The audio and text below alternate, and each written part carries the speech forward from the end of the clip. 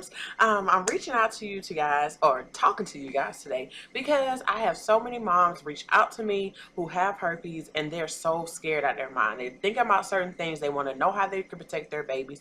They just don't understand. They're hearing so many different things about you can't have your child touch your towels, and you can't let them be in the bathtub, and you can't kiss them, and you can't touch them, and you can't do this, and you can't do that. And I'm sorry, no mom want to hear that she cannot take care of her child. Our whole life being a mom is to provide for our kids, to love on our kids. As women, we are nurturers. So the fact that you take that away, that makes us die within. It makes us want to simply kill ourselves, because we cannot do for our kids like we always desire. And it's something that we could not do to stop it. It's something we felt like we were doing to protect ourselves, and we never thought the decisions we made to have sex with one person or another person put us in a predicament to stop being the mom for our children. So today I'm going to really just come out and show you exactly how you can understand your type, the two types, and understand what is concerning and what's not concerning at all. So number one, the biggest concern for anybody is, can I kiss my child? With that being said, yes, you can do whatever you want when it comes to your child. The only concern when that comes to is with individuals with type 1. Type 1 is oral, and with oral, with that being said, that you typically have it on your mouth or within your mouth. So with that being said, when you're having an outbreak, you do not kiss your child. When you're feeling, symptoms or anything like that, you do not kiss your child. Any other time, you are in open, you're fine. My whole thing is, it's easier to protect when you're aware. Most people who pass on type 1, which is, we know that's from family members, we have already read it, they was not aware that they had herpes at all. They wasn't aware that it was herpes at all, and that they didn't know what the tingling, the itching, the anything affects work. They didn't know those symptoms at all, so they didn't know that's what it was. So since you know what it was, you're diagnosed with it, now you're gonna be more aware. You're gonna take care of your body, and you're gonna prevent the chance of even transmitting it over to your children, because you're more aware. So I said, with that being said, precautions you can take. You can take the Valtrex or any other ones, but I say Valtrex are best. Stop it, please. You can take Valtrex, so that can reduce your chance of outbreaks. You can also, like I said, pay attention to if you're having an outbreak. When you have an outbreak, that's a time where you try to put things on it, things like that. Let your kids know, oh, mom, no, mommy can't kiss, not at the given time. You can tell them what you desire to tell them. I don't know how you talk to your kids, so I'm not going to really give you a dialogue on how to talk to your kids or anything like that. Other than that, after that, then it's knowing your triggers. Learn your triggers. So whatever triggers you, you know how to reduce those things to prevent from having an outbreak. It's okay, Hayden. So that'll keep you from having an outbreak.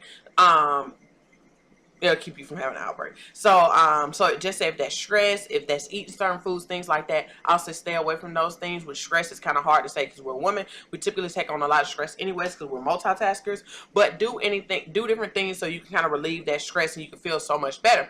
Okay, so that's the number one thing you should do. Number one, that is take an antiviral if that's truly what you desire. If you really want to protect your child, so you can go that route and you feel better. Or you can learn the natural routes, which are so many different things you can do. Put coconut oil, tea tree oil, changing how you eat, working out, drinking water, things like that you can do the natural way.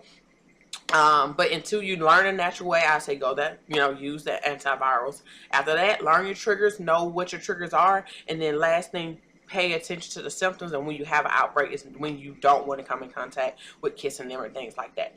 Okay, second thing, when it comes to type 2, which is genital herpes, you have no worries. You're not having sex with your kids not putting their hands down in your vagina area. You don't have those type of issues at all. The only other concern you may have is that you're not washing your hands, which I know you're not nasty, so I'm not really worried about that. But other than that, that's the only concern. Or when you're taking a shower. So I know you're saying this, oh, you take a shower, you get out, you wipe yourself with the towel. It can live on the towel because it's moist and it's warm, and it can be on there, and then you give it to the shower. Okay, the chances of it living on there long enough for you to give it to somebody is very, very, very, very unlikely. Okay, guys, people are really not catching herpes from a towel. Okay, just being real. So please just do not get so hyped up into that. Don't even worry about it. My whole thing, worst case scenario, if you're really, really scared, just do not allow them to use your towels at all when you're having an outbreak. Okay, that's the only time when that concern may come in. But other than that, no. Okay, other things to not worry about. The fact of a bathtub. The bathtub gets dry. When it gets dry, can't do anything. It lives in moist and warm areas. It likes mucous membranes, guys. That's where it lives. It lives with the mucous membranes.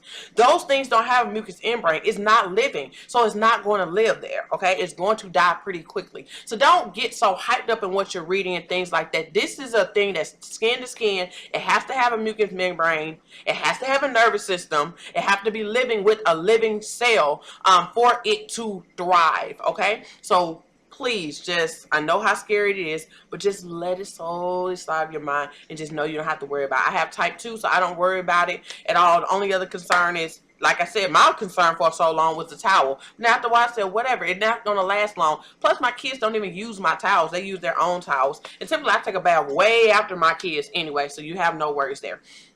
The last thing you may be concerned about is the cups, the spoons, the things like that. Listen to me. Okay, nothing lives on anything that long. Goes back to the towels. It's not going to live there that long, guys, if that's what your big scare is. And typically, I understand our kids do drink after us. If you're really scared, I say just do not let them drink after you, which I don't believe we need to be drinking after each other anyway, because folks backwashing, that's nasty. Okay, so with that being said, that's the only thing. As soon as you throw it in the washer, it's gone.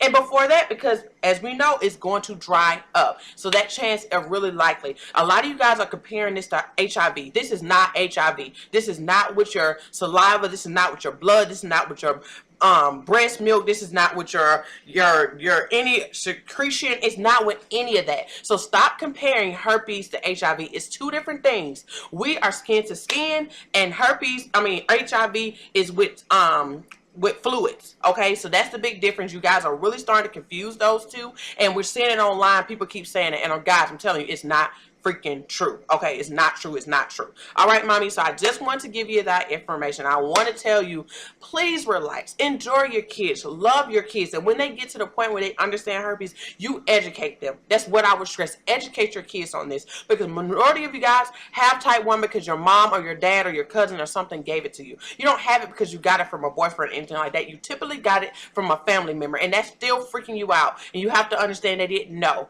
As we know, 80% of the people who contract, who gives or contract herpes had no clue. Their partner had it and no clue they have it. So as we know, if you're not aware of something, you're not going to protect yourself. You don't know to tell anybody, and you don't know what you're doing. So with that being said, it's easiest to contract it when the other person not aware. But when that person aware, the chance of contraction is very to contract it is very, very low. It reduces the chance because you're so aware of your body. As women, we're aware of our bodies. We really care about things like that. We really care about our kids. So the chance of that happening is very, very slim to none. Okay, ladies? So I just wanted to come to you and tell you that, beautiful mommies of the herpes world, I love you. I understand your struggle. If you want to talk to me more, you want to ask more questions, don't hesitate. You can have a 45-minute session with me. The information will be below. I love you, and I'll be talking to you soon.